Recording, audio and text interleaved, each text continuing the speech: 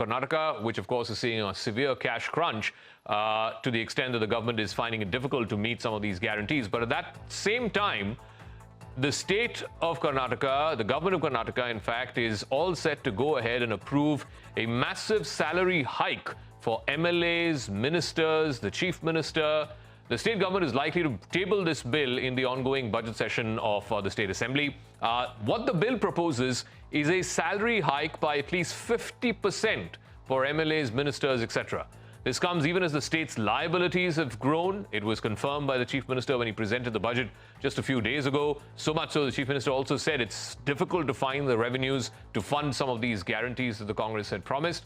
It also comes weeks after the state decided to get, in fact, the state assembly decided to get massage chairs and recliners at the Vidhan Sabha because legislators needed to relax. So the question that begs to be asked is, isn't this again a classic case of misplaced priorities?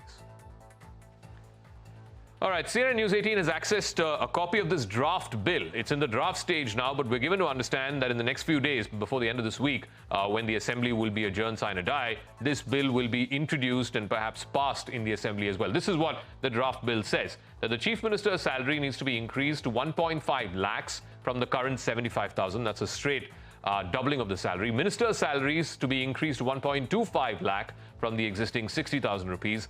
MLA salaries to be increased from to 80,000 rupees from the existing 40,000 rupees. Again, a straight doubling there. MLA's pensions to be increased to 75,000 rupees from 50,000 rupees. Additional pension to be increased to 20,000 rupees from the current 5,000 rupees. Now, it's not just the salaries. There are hikes in perks as well if the assembly were to pass this bill. Ex-MLA's medical allowance, for example, to be increased to 20,000 from 5,000. Constituency level travel allowance to be hiked to 80,000 from 60,000. Train and air tickets, these are annual train and air tickets that are given to MPs and MLAs, to be hiked to 3.5 lakh from the current 2.5 lakh. Chief ministers and ministers' guests allowance to be hiked to 5 lakhs from the current 4.5 lakhs. The house rent allowance, HRA, for ministers' accommodation to be hiked to 2.5 lakh from the existing 1.2 lakh. And the salaries of state ministers to be increased to 70,000 rupees from the existing 50,000 rupees.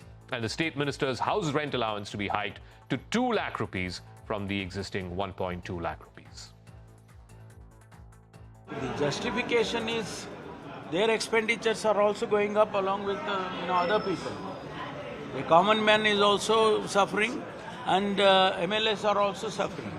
So that is why, based on that, I think the recommendations have come from MLAs or others.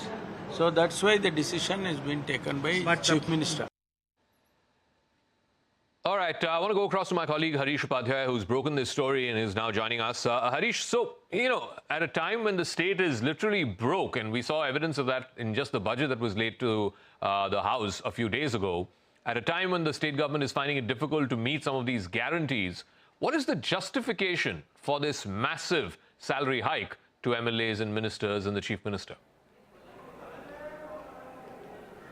Well, Zaka, cutting across party lines, especially off camera, whether it's a BJP MLA, a Congress MLA or a JDS MLA, saying that we need this kind of money just to ensure that we help people in the constituency. Many of them saying that this is something that is very much essential for a first time or a second time MLA. It's not that they would be spending 2.5 lakh rupees on a house rent, but that money will go elsewhere, helping people in the constituency come to their office seeking help. That's the justification that's coming in. But two problematic areas here. Remember, in 2022, the Basuraj Bommai government had in fact raised the salary of MLAs and ministers and chief minister. Back then, the law minister had said that this 50% jump will ensure that for the next 5 years, we will not require a salary hike. But we are already seeing a salary hike happening in the 3 years after that revision that happened in 2022. The second problematic area here is that there was a proposal in front of the Karnataka government to set up an independent committee that will look at the expenditure of MLAs, ministers, chief minister, speaker and others, and then decide the quantum of hike that should be given. But this proposal was rejected by the chief minister. What we are also picking up is that in the business advisory committee meeting that happened at the beginning of this session, one of the BJP MLAs, Arvind Belad, had suggested that the government form a committee and then go in for a hike. That was rejected by Chief Minister Siddaramaiah, and the government now deciding to go for a hike that is more than 50%. And what we are also understanding is that this is something that the government will do just before the session gets adjourned sine die. That's the plan right now. This is something that had happened in 2022 as well. The opposition did not, back then the Congress and the JDS did not oppose it. This time round as well, we might see the opposition MLAs walking out, but on the front of it, pretty much all of them, whether Congress MLAs, JDS or BJP MLAs, all of them believe that there is a requirement for a salary hike. I mean, it's tone deaf, isn't it? At a time when private sector, even IT companies, many of which are based in Bangalore, are talking about, single digits hikes, an impending slowdown, etc. MLAs and ministers are proposing a 50% salary hike. We'll leave it at that. Thank you very much, Harish, for joining us.